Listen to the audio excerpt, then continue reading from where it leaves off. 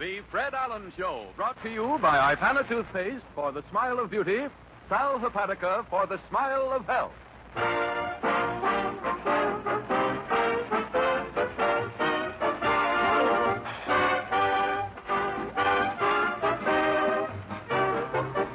An hour of smiles with Fred Allen, folks. 3,600 seconds of fun and music.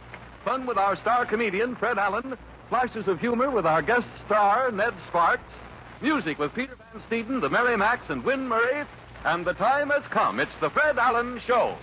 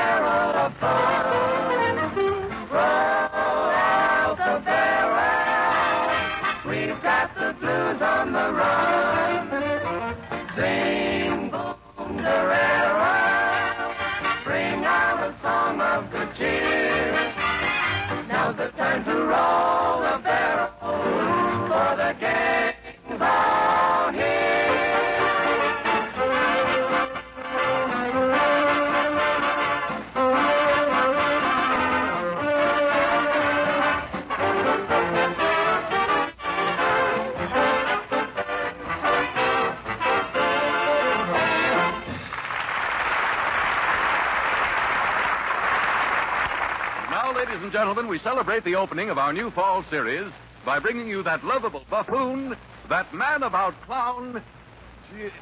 What is your name again, Bud? What, you know me. I was on the program last year. I'm a friend of Uncle Jim's. You see me around, haven't you? No, I'm sorry, but I've been on that What's My Name program all summer, and I can't tell anyone's name these days unless I get a lot of clues or something. What am I supposed to do? Wait around here until you take 3 guesses?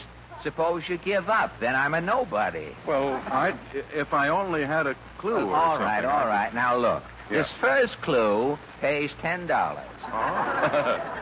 If you have a chisel and some time to spare to get it away from me.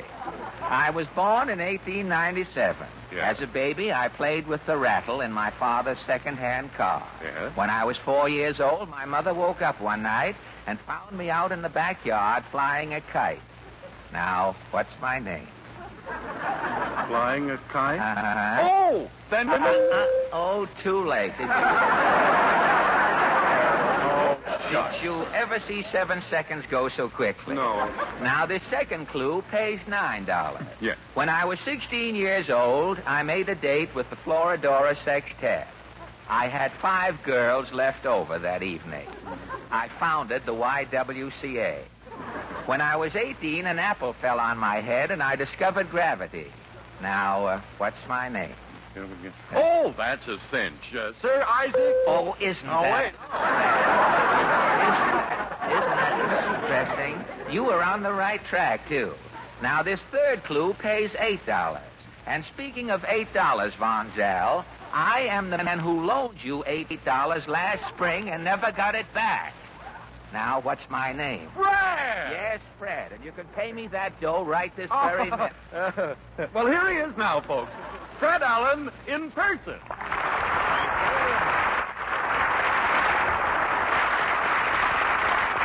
Thank you. I was christened in half that time, Harry. Thank you, and good evening, ladies and gentlemen. Well, it sure feels strange to be starting back at the weekly chores, Harry. Well, your vacation certainly did you a lot of good, Fred. What became of those 2 little bags you had under your eyes? Oh, you missed them, huh? Uh-huh. They turned into one big bag down here by my stomach.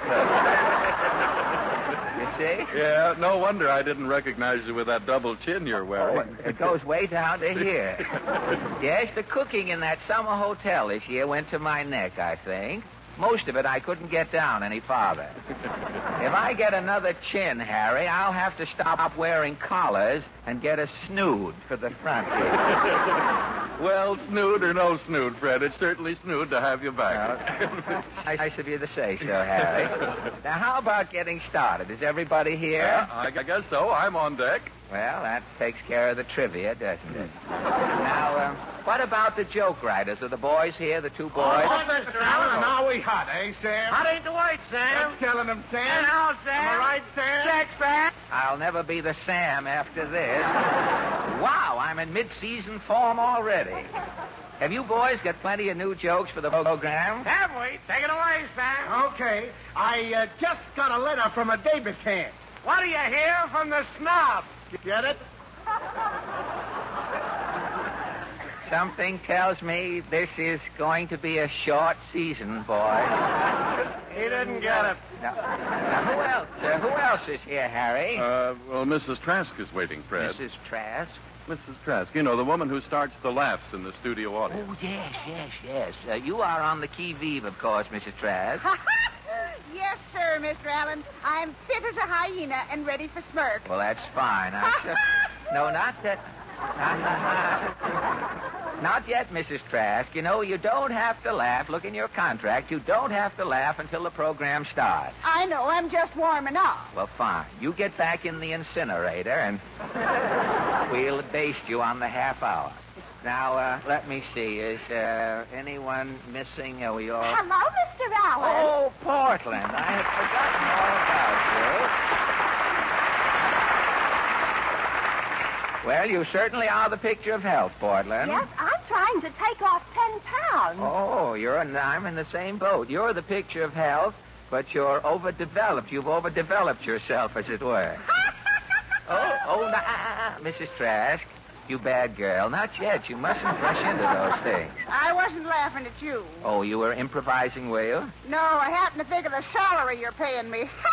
Quiet, please. Now, where did you spend the summer, Portland? Mama and I were at the World's Fair. All summer, were you? Yes. We've been in that line for the General Motors exhibit since June. We finally got in today. You just made it, didn't you? I'll say, the fair's closing this month. I know. They say if the perisphere was an aspirin, Grover would probably take it.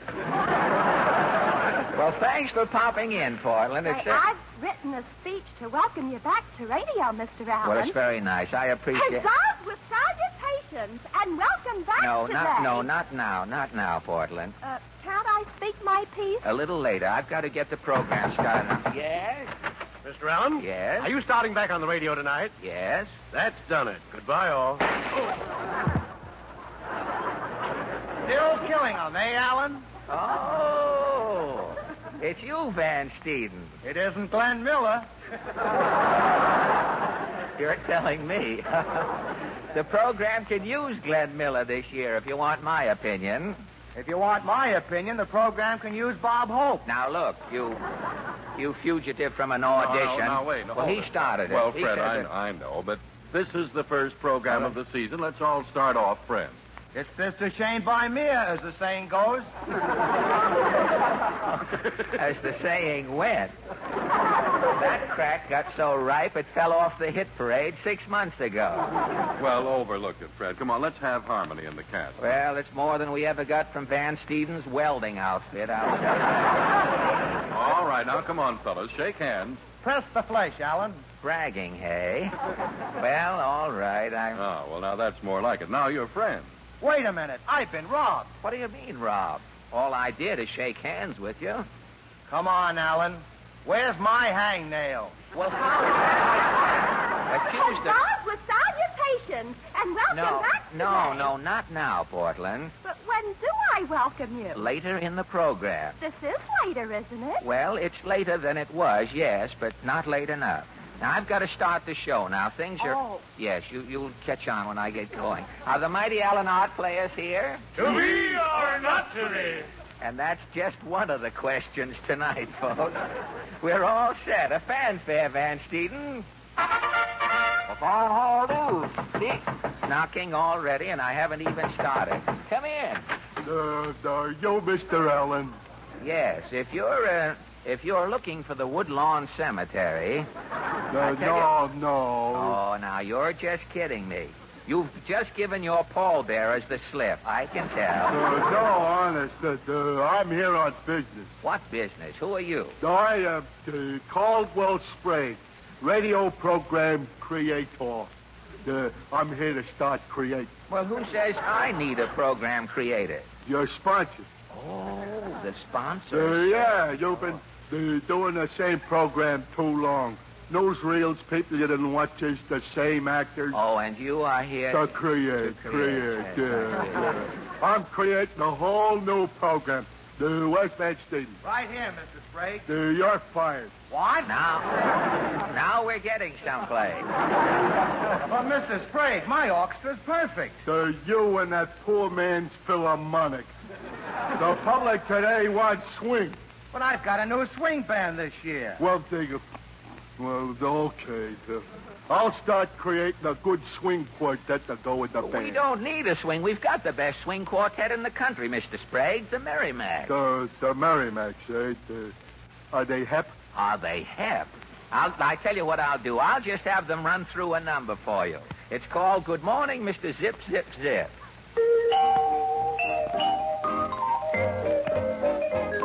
Good morning, Mr. Zip, Zip, Zip, with your haircut just as short as mine. Good morning, Mr. Zip, Zip, Zip, you're surely looking fine. Ashes to ashes and dust to dust, if the camels don't get you, then the luckies must. Good morning, Mr. Zip, Zip, Zip, with your haircut just as short as your haircut just as short as your haircut just as short as mine. Good morning, Mr. Zip, Zip, Mr. Zip, Zip. Oh, you went to the barber shop and got your hair cut short, just like mine. Good morning, Mr. Zip Zip, Mr. Zip Zip. You came out of the barber shop and you were looking fine. Ashes to ashes and dust to dust. If the camels don't get you, then the luckies must. Good morning, Mr. Zip Zip Zip Zip Zip Zip Zip Zip Zip Zip. Good morning, Mr. Zip, Zip, Zip. Are you gonna take a trip? Good morning, your haircut short as mine. Good morning, Mr. Zip, Zip, Zip. Take a tip and take a grip. Good morning, you are looking fine. Ashes to ashes and dust to dust. If the camels don't get you, then the luckies must. Good morning, Mr. Zip, Zip, Zip, with your haircut just as short as your haircut just as short as your haircut short as mine.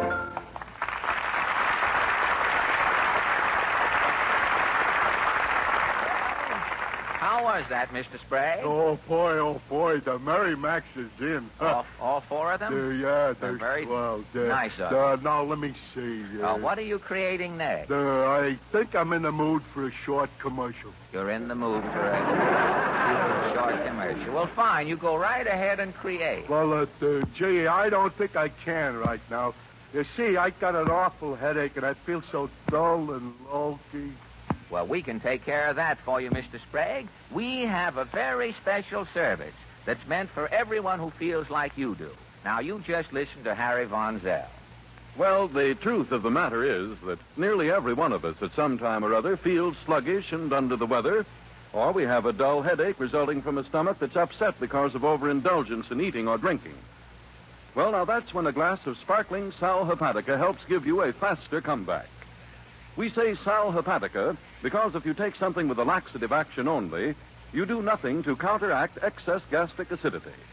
But Sal Hepatica does both.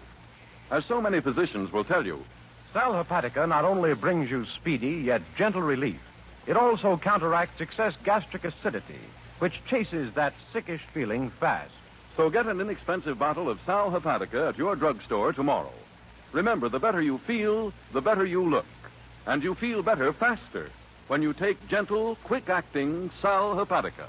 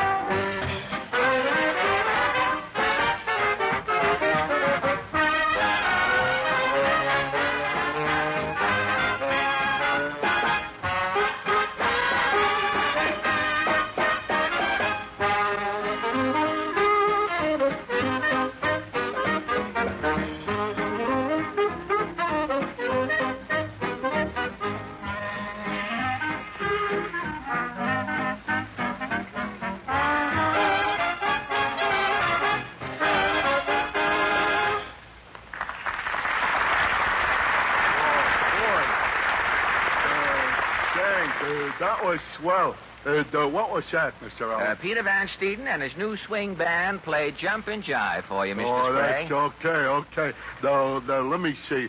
What'll I create here? Huzzahs with salutations and welcome back to the No, not yet, Portland. Later? Yes, later. All right, I'll go back and rehearse it. Yes, it's got to be letter perfect, Portland. Now, what's next, Mr. Sprague? Well, the public today is crazy about quiz programs, Mr. Allen. The sponsor wants a quiz, does he?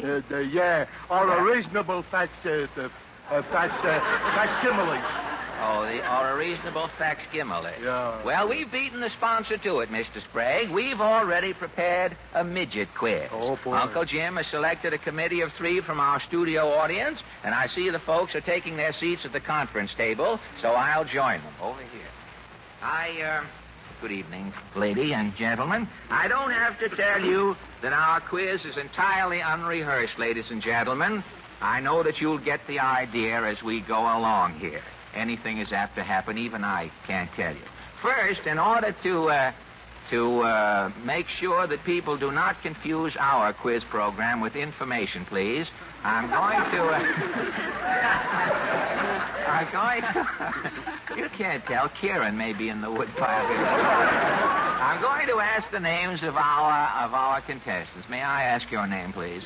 Frank Killian. Mr. Killian. Yes, sir. What is your occupation, Mr. Killian? Insurance. You're in the insurance business, are you? Yes, sir. You're not here on business. I mean, you're just here as on the committee. On the committee. I see. And where is your home? Do you live in New York? No, Camden. You live in Camden, New Jersey? That's just a stone's throw from Philadelphia, isn't it? If you have the stone and you're in the mood. Yeah. And what is your name, miss? Helen McGuckin. Miss Helen McGuckin? What is your occupation, may I ask? Well, I'm a report censor. You're a report censor? That's right. You censor reports? I do. What sort of reports? Why, bank examiners reports. Oh, bank examiners' reports. Do you get them when they're in the bank or after they're on the lam? When do you... You overtake them, do you? And where is your home, may I ask? Wilkes-Barre, Pennsylvania. Wilkes-Barre, Pennsylvania. You're not nervous tonight, are you? No. Say, you've got nothing to be nervous about. If anything happens, I'm the one who's going to get fired. So don't get nervous. And may I ask your name, sir? Cy Fraser. Cy Fraser. And what is your occupation, Mr. Fraser? I'm a manager of a men's clothing store in New York. Manager of a men's clothing store.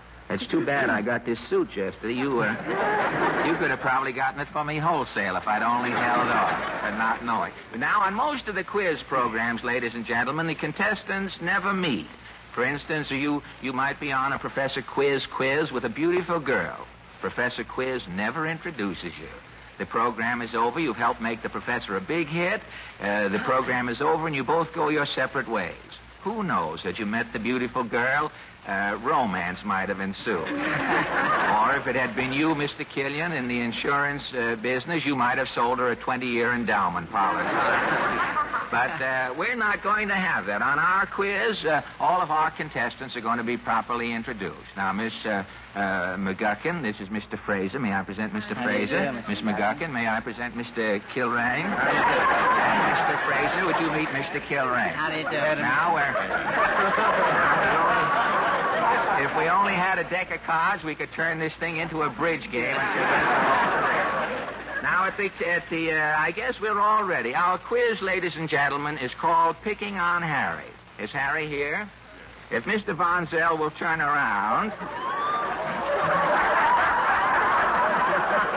On the back of Harry's coat, you will see 94 pockets. Each pocket contains a question. As the contestant calls his number, the question is removed. Each question pays $5. And the subjects tonight are history, right and wrong, and etiquette. All right, Mr. Killian, if you will call your first number.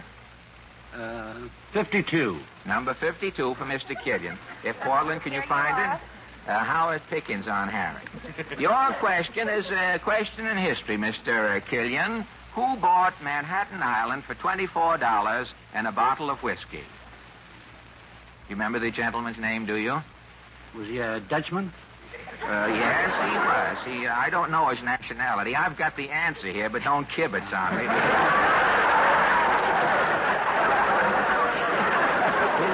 I didn't know it myself till I opened this slip here. Do you know the gentleman's name who bought the island of Manhattan? Oh, I know, but I just can't... You can't think. You want to pass? I think I'll pass. All right. Miss McGuckin, would you take a number, please? 55. The gentleman's name, incidentally, Mr. Killian, was Peter Minuit. Minuit. He bought the island for $24, and if he was around today, and male LaGuardia could find an Indian, or if an Indian was around, a male LaGuardia could find him, he'd probably sell him the island back for $24 and throw in Tammany Hall if he could get it. But, Miss McGuckin, your question is also a question in history. Abraham Lincoln had 2 nicknames. Now, what were they? Do you know? 2 nicknames for Abraham Lincoln? 2 nicknames he had. One of them was not Raymond Massey. One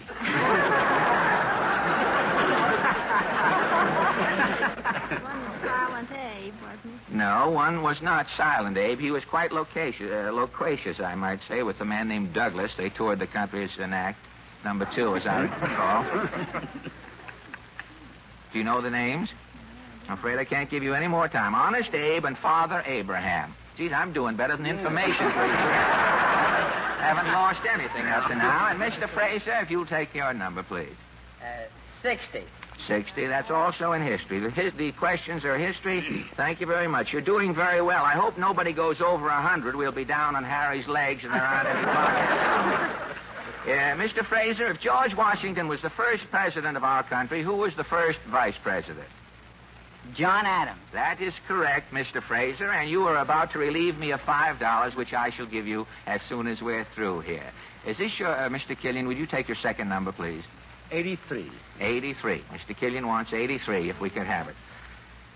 I don't know how long the quiz will run. Of course, we haven't timed it yet. We're all breaking in tonight, so if we're all written up in Variety, the committee will get panned along with me, so... Now, right or wrong, this is a right or wrong, Mr. Killian. A franking privilege is a license to sell hot dogs. Right or wrong? Right. This is a right to send mail free. That is why you get so much mail from your senator and your representative. Miss McGuckin, we have another minute. Would you take another? 82. 82. This is also a right or wrong. And we're closing in on our last minute. The beauty of this quiz is it ends when you least expect it. The man waves a finger at me. Right or wrong? If you were suffering from an acute coryza, all you have is a cold in the head, Miss McGuckin. Right or wrong? Wrong. No, that is right. Acute coryza is simply an inflammation of the mucous membrane of the nose and adjacent sinuses. Now, Mr. Fraser, we'll just have time for one more for you. 90. Number 90 coming up for Mr. Fraser. We could go on all night. If Harry had a Bal McCann, we could just go on. Right or wrong? The book Gone with the Wind weighs more than Anthony Adverse. Wrong.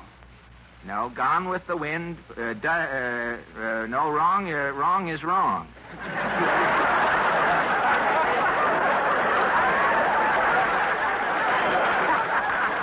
Gone with the Wind weighs more than Anthony Adverse. Gone with the Wind weighs 2 pounds and 5/8, and Anthony Adverse weighs 2.5 pounds. I know because I went into Brentano's the other day and had Gone with the Wind weighed and Anthony Adverse. I'm very sorry, but this is the first night of our quiz, and we haven't got it very well arranged yet. And I've just been told by the vice president in charge of waving fingers at the comedians that the quiz has suddenly ended. And I want to thank you a lot for helping us out, and you will receive your money award as soon as we're through. And also, each one of our committee will receive a handsome gift box containing all of the products made by the Bristol-Myers Company, including our 2, Ipana and Salopatacrin. Thank you a lot for helping us out tonight. Thank you. Thank you. Thank you. And now, ladies and gentlemen, we're about to go and... Huzzahs with salutation. What were you trying to do? Steal a question there and make $5 on the side? Not yet, Portland. Later? No, I don't know. Who knows? Excuse me, Mr. Allen. Yes, what is it now, Mr. Sprague? Look, have you got the new girl singer for the program? Yes, we have a new girl singer. We have Win Murray with us Win now. Murray? Yes. Oh, boy. Have you got a guest star? Yes, we have Mr. Ned Sparks. Then you got a whole new show. Dude, what am I doing here? That's what I'd like to know. Well, I'm Regina. Dude, so long. It's certainly about time we got rid of one vice president. And now it is a real pleasure, ladies and gentlemen, to have you meet a new and permanent addition to our happy little family here, Miss Wynne Murray.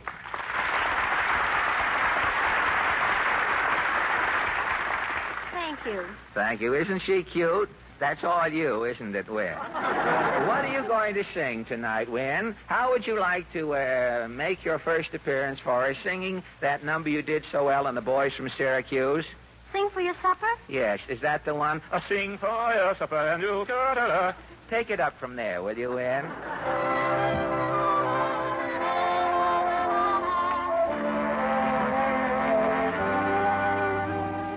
Hawks and crows do lots of things, but the canary only sings. She is a courtesan on wings. So I've heard eagles and storks are twice as strong. All the canary knows is song, but the canary gets along. Gilded bird, sing for your supper and you'll get breakfast. Songbirds always eat if their song is sweet to hear. Sing for your luncheon and you'll get dinner. Dine with wine of choice if romance is in your voice. I heard from a wise canary trilling makes a fellow willing. So little swallow, swallow now. Now is the time to sing for your supper and you'll get breakfast. Songbirds are not dumb. They don't buy a crumb of bread instead. So sing and you'll be fed. Sing for your supper and you'll get breakfast. Songbirds always eat if their song is sweet to hear. Sing for your luncheon and you'll get dinner. Dine with wine of choice if romance is in your voice. I heard from a wise canary trilling makes you willing. So little swallow, swallow now. Now is the time to sing for your supper and you'll get breakfast. Songbirds are not dumb. They don't have to buy a crumb of bread, a spool of thread, just sing instead. You don't have to buy even a crumb of bread instead. You'll be fed if you sing. Da da da da da da da read da da da da. If you dance, so sing and you'll be fed.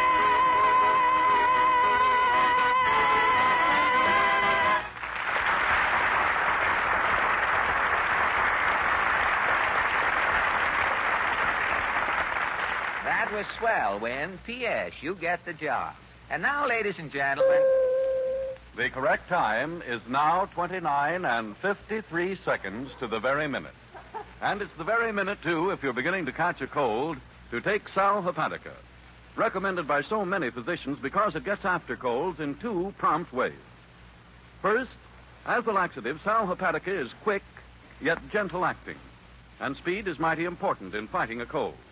Second, Sal Hepatica helps nature counteract the acidity that so often accompanies a cold. So get an economical bottle of Sal Hepatica at your drugstore tomorrow. Then, whenever anyone in your family starts sniffling or sneezing, see if they don't appreciate your showing them this intelligent, modern way to help ward off a cold faster. With sparkling Sal Hepatica.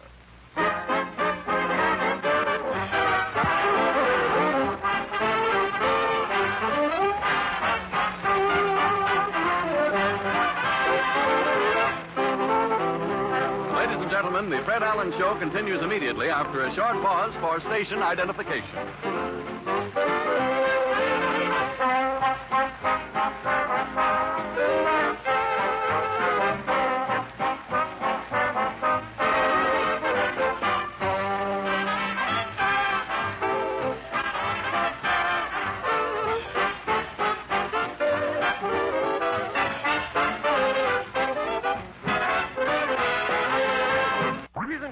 your attention, please. This is the Vitalis program, featuring George Jessel with his famous Vitalis guest stars. All brought to you by Vitalis and the speedy 60-second workout that helps to keep your hair healthy. Excuse me, pardon Was me. something wrong? Well, I'm afraid you're in the wrong studio, sir. Well, this is Wednesday night, isn't it? Yes? It's 9:30, isn't it? Yes. Well, I'm the announcer. This is Vitalis time, isn't it? Oh, no, not anymore. This is Fred Allen time.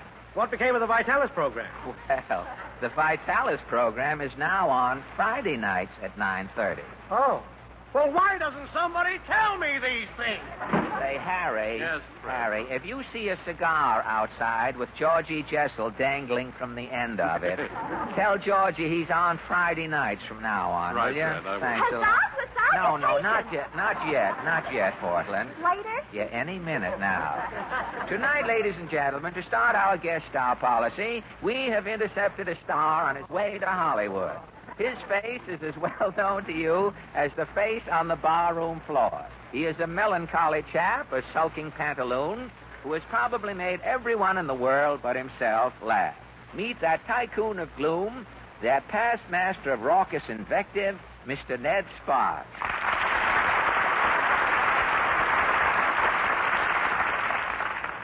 Thank you, friends, and thank you, Rudy. Wait.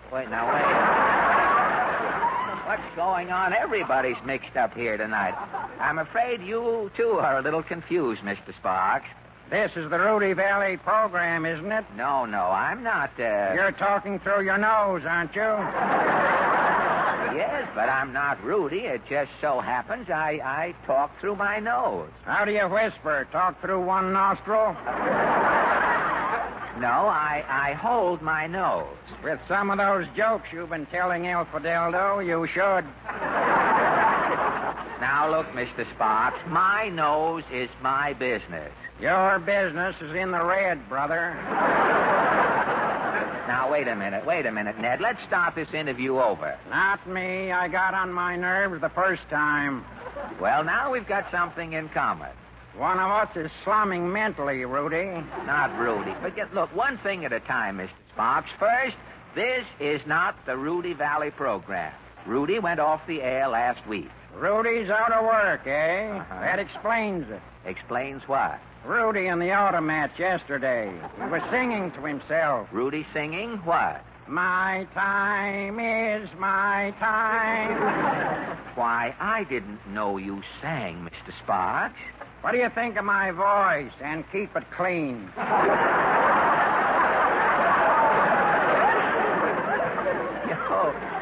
Your singing sounds like an axle calling its mate. And that's putting it mildly. What became of our interview? Oh, that's right. I was wondering why you were here. Well, to tell you the truth, Mr. Sparks, I am always a little embarrassed in the presence of you Hollywood celebrities. I just don't know how to begin. You're supposed to be the MC, aren't you? Well, I've been called an MC, yes. You've been called a lot of other things, too, haven't you? Well, not up to now, no. The night is young, brother. The night is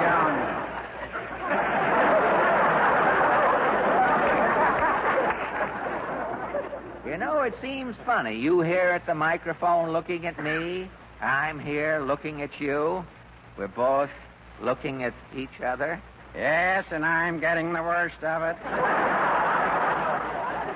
To me, you look like a little boy who grew up in a bottle of alcohol. To me, you look like a hot foot with skin on it. You look like the oomph boy in an old lady's home. Looking at you leaves a bad taste in my eyes. Give up? Unless somebody writes me some more answers, yes.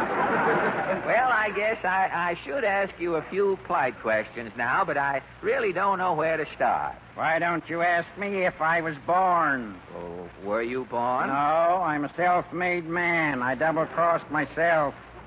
Now, let me see. What else could I possibly... Why don't you ask me how I got on the stage? A happy thought. How did you get on the stage, Mr. Sparks? When I was a kid, my father took me to see Mitch Hepburn play Uncle Tom's Cabin. Mitch Hepburn in the lead, was he? Yes. My old man didn't like the show, so he threw me at one of the actors. And that's how you got on the stage, huh? The actors were too weak to throw me back. I had to join the cast. Well, how long were you with Uncle Tom's Cabin? 2 weeks. When they started using fireflies for footlights, I resigned. Well, how did you happen to go to Hollywood? My grandfather died and left me a burlap muffler and a pair of high-button shoes. Where else can you wear a burlap muffler and high-button shoes? Well, you've been out in California a long time. I guess you've seen a lot of changes in Hollywood. Yeah, when I first went into pictures, an actor was an actor. Well, what is an actor in Hollywood today? He's a straight man for a set of dishes. What is your opinion, speaking of pictures, what is your opinion of the double feature policy? 2 wrongs don't make a right. Well, do you think the moving picture will eventually replace the old-fashioned sleeping tablet, Mr. Sparks? Not unless you make another one, Mr. Allen. Oh, you saw my last picture, did you? Yes, I have insomnia. I saw it all. Well, enough about me. I know that everyone is interested in one thing, Mr. Sparks. How did you acquire your sunny disposition? You mean, how did I get this out-of-the-money look? Yeah. As a baby, I was weaned on acidophilus and learned to take the bitter with the bitter. The bitter with the bitter. And as you have grown up and copped your way through life, have you used any special diet to maintain your curdled outlook? Yes, my stomach gives me a lot of trouble. I keep eating the wrong food just to get even with it.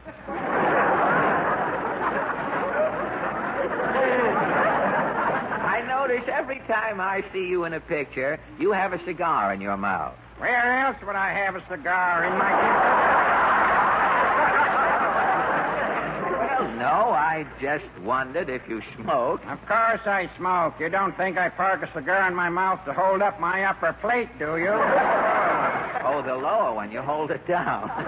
But you must enjoy smoking. Not me. I dip my cigars in gasoline. They taste like they're backfiring. I like them that way.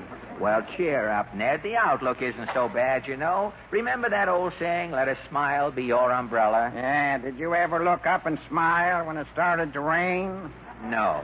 I did. What happened? I got a mouthful of soft water. Well, I guess that mouthful of soft water about washes up our interview, Ned. It's been nice having you leer at me from across the microphone. Yeah, I've suffered a lot, too. Say, before you go, Ned, how about doing me a great favor and giving your radio fans a rare treat at the same time? You want me to sing again? No. I'm a friend of Tibbetts. We've heard you sing, but no one, as far as I know, has ever heard you laugh. Now, how about letting us bring America your first and perhaps your last laugh? Well, I know it's sort of short notice, but you can scare one up, can't you? All right, are you ready? Okay. Ha, ha, ha. Well, thank you.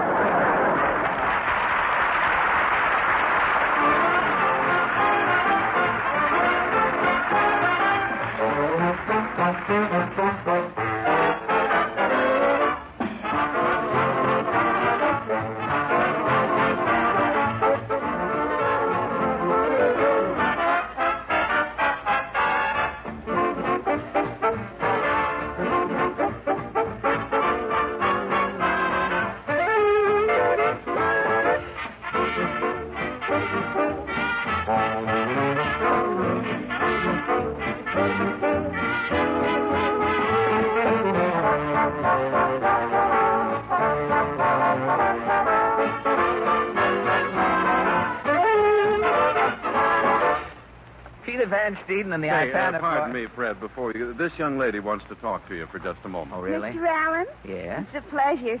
Look, me and my sister have a restaurant right close to the studio, see? Well, not from here. I don't know, but go on. Well, we thought, like days when you're rehearsing, you could order your dinner from us and we'd have it here in 5 minutes, smoking hot. Well, the idea of a sizzling platter wending its way through these vast corridors appeals to the pixie in me. Go on. Well, you see, we could bring you some nice hares, or rice and chicken livers, or creamed salmon, or patties a la boeuf. Patties a la what? Oh, it don't matter. It's just hamburgers anyway. Well, how about it? Well, your menu sounds swell. Don't you think so, Harry? Yes, sure it does, Fred. But like so many of the soft, creamy, well-cooked foods we eat nowadays, those dishes don't give gums the exercise they need to help guard against gum trouble. You don't expect people to go around eating nothing but hardtack just for the sake of their gums, do you? No, of course not. But people should use iPana toothpaste and gum massage to help supply that stimulation. You see, when gums are soft and tender, teeth are seldom bright and sparkling. And iPana toothpaste is especially designed not only to give your teeth a sparkling cleanliness, but when used with massage to help give gums the exercise they need for firmness and health. That's why so many dentists advise this easy modern routine. Brush your teeth with iPana toothpaste. And every time you do, put a little extra iPana on your brush or your fingertip and massage it on your gums. And, ladies and gentlemen, the very first time you use iPana this way, you actually notice a remarkable and unique difference. You really feel a stimulating effect upon your gum tissues as lazy gums start to waken and circulation speeds up. And that helps bring greater health to your gums and, consequently, more charm and radiance to your smile. Prove this to yourself. Get an economical tube of iPana toothpaste from your druggist tomorrow.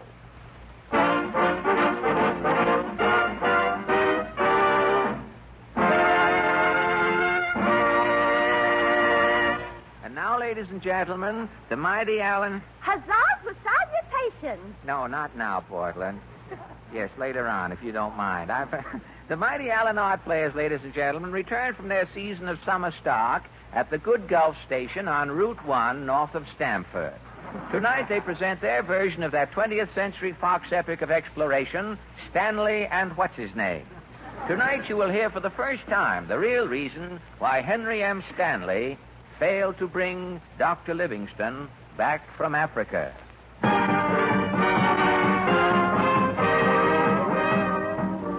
Introducing our cast of characters. I am Henry M. Stanley, American newspaper reporter. In 1876, the editor of the New York Herald sent me into the heart of darkest Africa in search of Dr. Livingston. Hello. I'm Dr. Livingston. Since I'm not going to be found for 8 minutes yet, I think I'll pop out for a spot of tea. Cheerio. Me African native. Me not in the play. Me just here to play the hot tom-tom. Listen. That jump and die. This is the true story of Stanley and Livingston. On April 1st, 1876, I, Henry M. Stanley, sailed from New York to find Dr. Livingston. When I met him in the jungle, I was to make a remark that would echo down through the ages. Day and night, as my boat plowed through the bounding main, that sentence I was to say ran through my brain. Dr. Livingston, I presume. Dr. Livingston, I presume. Dr. Livingston, I presume. Dr. Livingston, I presume. Yes, when I found the lost missionary, I would say, Dr. Livingston, I presume. Africa, the land of cannibals and cobras, mystery and mumbo-jumbo. No sooner had we landed at Zanzibar and started inland than my assistant Jeff and I had a taste of Africa's terrors. Our first hideous experience occurred the second day. We were walking through the underbrush. Jeff spoke. Well, Mr. Stanley, I reckon we're in the suburbs of Africa, all right. Yes, Jeff? Gad, what a desolate country. And somewhere in this dismal interior is Dr. Livingston. You're sure going to a lot of trouble to pull that crack of yours on the dock, Mr. Stanley. What's that line again? Dr. Livingston, I presume. Yeah. Gad, how I have rehearsed that line. Well, you sure have. Say, who's this man coming through the grass? Say, it might be Dr. Livingston. I'll speak to him. Dr. Livingston, I presume. Bula Bula. Jumping jackals. He's a headhunter. Savage. Bula Gula. Chief, catch him 2 heads. Make bookends. Quick, my gun, Jeff. The guns ain't loaded, Mr. Stanley. Paleface, make ready. Die. Look out! Look out, that speeder! There's only one thing to do, Jeff. What? Chief, kill white man. Oh, yeah? Look, Chief. Ah! Devil! Devil! Devil! Devil! Devil! Boy, you sure scared him, Mr. Stanley. What did you put on him? My passport picture. Our first dilemma in hand, our little safari was quickly formed, and we forged ahead into the trackless wastes of the jungle. Onward we trekked to Tangahiki. Here we stopped at a tourist camp for supper and a good night's rest. I had just dozed off. A knock sounded at the door of my cabin, number 31. Come in. Pardon, Buana.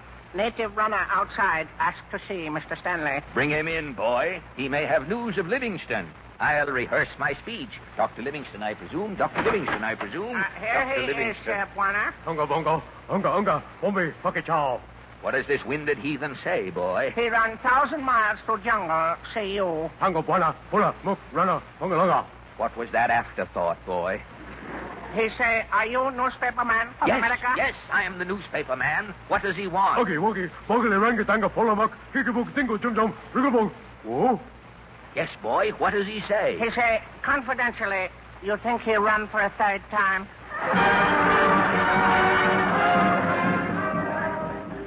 Bidding a hasty farewell to this Ubangi water liftman, the next morning we pressed through the tropical underbrush, still searching for the missing Dr. Livingston. As we crept through the dense foliage one morning, a solitary figure approached us. As he drew near, I spoke to him. Ahoy there! Dr. Livingston, I presume? Now, I'm Ned Sparks. How do you get out of Radio City?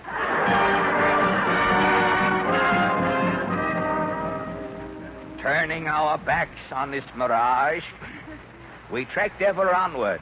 2 months later, in the little village of Tongabonga in Uganda, I heard that a white man had been seen only recently.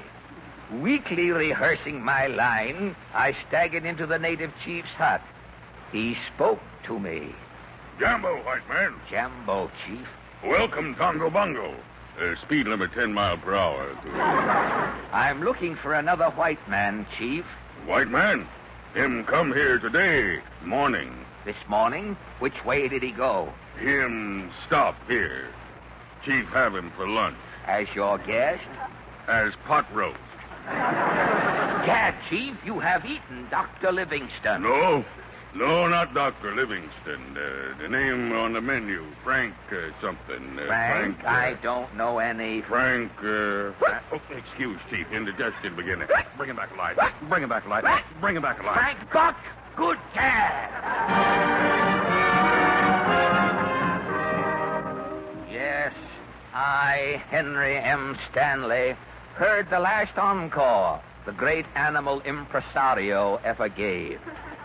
We drank a bicarbonate to his memory, placed a wreath on the chief's stomach, and went our weary way. Deeper and deeper into the grim African interior, we struggled on in our endless search for Livingston. Nights fraught with terror, days so scorching hot that rubber trees vulcanized themselves. Still, we struggled on. And then, one day, we came upon a little hut in the center of a clearing. Again, Jeff spoke. Well, look, Mr. Stanley. The sign on that hut. What does it say? Dr. Livingston. Yeah. Office hours 1 to 3. Thank heavens, Jeff, our search is ended. Yes, sir. Now, what are them drums, Mr. Stanley? Look in through that window, Jeff. Oh, where? What natives? They're entertaining the doctor with a tom-tom jam system. At last, I am about to make my historic remark. When he opens that door, I am going to say, Dr. Livingston, I presume. What understatement. What savoir-faire. That sentence, Jeff, will stand the test of time. Dr. Livingston, I presume? Yes. Boy, sounds like another Wash You Dare Charlie. Stand back, Jeff. I'll knock. Hello. I say, what do you want? Dr. Livingston, I presume. What? Dr. Livingston, I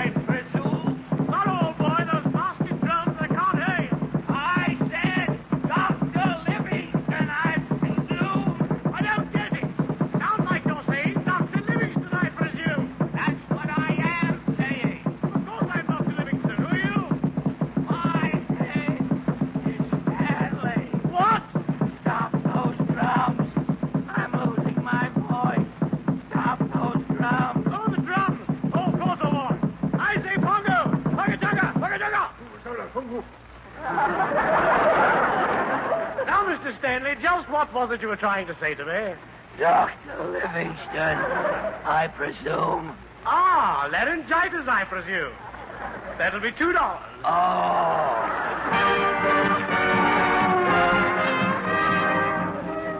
For 2 days and 2 nights, Jeff and the doctor fed me herbs and bark to bring my voice back. Finally, I was well enough to discuss the question of bringing Dr. Livingston back to civilization. I left my hut one morning and crept to his office by appointment. Well, I say, Stanley, old Boy Scout, how's the patient today? Fine, Doctor. I'm ready to start the trek with you back to civilization. Oh, ripping. I shall call my daughter and we shall prepare. Your daughter, Doctor? You have your little girl with you here in Africa? Why not? She's right at home in the jungle. She even has an orangutan playmate. She's teaching him how to talk, you know. A talking orangutan? Tad, what a story for the New York Herald. Where is this simian? My daughter's feeding him in the next room. Pop it, old boy. Fine, I'll do that. I'll be right back. Drink to me only with thine eyes, and you will be mighty thirsty. A drink to... Well, I'll be... I say, Mr. Stanley, have you seen my daughter and her baboon so quickly? Yes, Doctor. Well, then are you ready to take us back to civilization, Stanley? No, Dr. Livingston.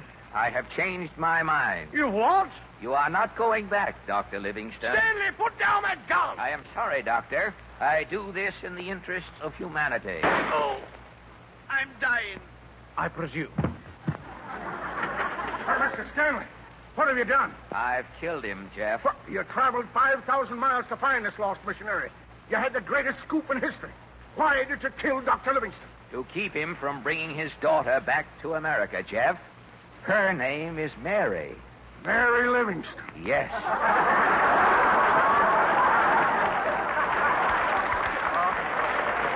I couldn't bring her talking orangutan back to civilization. Look at him.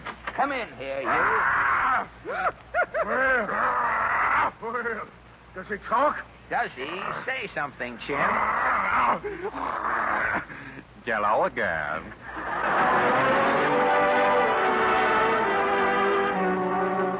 And so ends the tragic story of Henry M. Stanley and Dr. Livingston.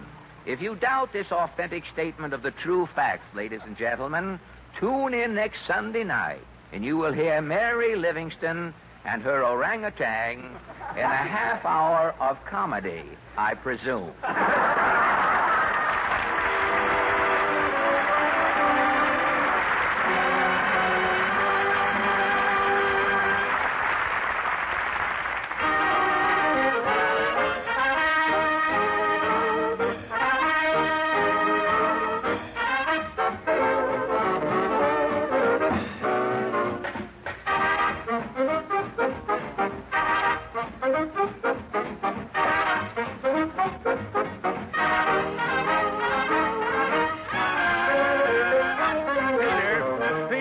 Just a minute, will you, please? Fred.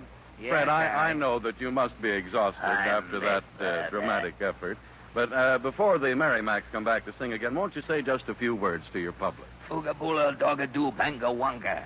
Huh? I'm still in Africa, Harry. Oh. Maybe you'd better say something that makes sense, but quickly. Well, none of us can ever look our best without an attractive smile. That makes sense. Yes, and so does the advice of so many dentists who say, for brighter teeth and healthier gums, use iPana toothpaste and gum massage. For iPana is especially made not only to give teeth a sparkling cleanliness, but when used with massage, to help give gums the stimulation they need for firmness and health. The exercise they do not get from our modern well-cooked foods. And when gums are soft and tender, they are not only more susceptible to trouble, but teeth seldom have the sparkle necessary for a really attractive smile. So begin tomorrow to brush your teeth and massage your gums with iPana toothpaste. It's the modern, easy way to help bring new firmness to your gums, a brighter luster to your teeth, and naturally more charm to your smile. Ask your druggist for iPana toothpaste.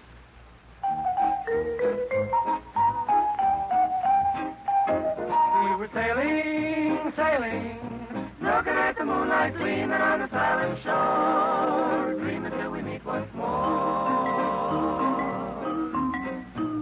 We were sailing alone on moonlight bay. voices ringing, they seem to say, you have stolen my heart, now don't go away. As we sang love's old sweet song on Moonlight Bay, we were sailing along on Moonlight Bay. We could hear the voices ring and they seemed to say, You have stolen my heart. you have stolen my heart, now don't go away. As we sang love's old sweet song on Moonlight Bay, we were sailing along on Moonlight Bay. We could hear the voices ringing and they seemed to say that you have stolen my heart, now don't go away. As we sang love's old sweet song on Moonlight Bay, we were sailing, sailing, looking at the moonlight gleaming on the silent shore, dreaming till we meet once more. We were sailing along, singing a song, sailing along, singing a song on Moonlight Bay, on Moonlight Bay.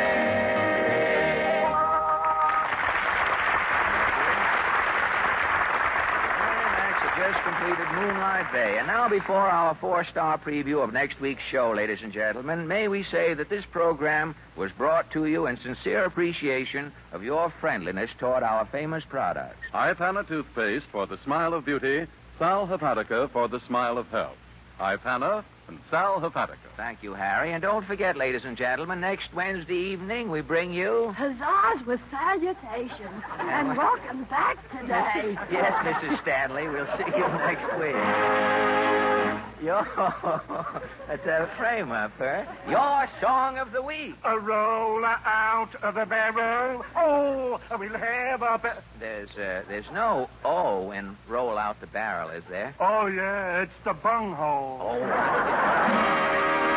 and our guest star will be... Bert Lauer, the cowardly lion of The Wizard of Oz. And music. Good night.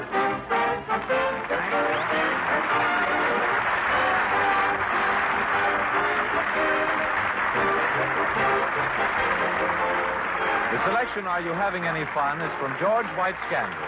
This is the National Broadcasting Company.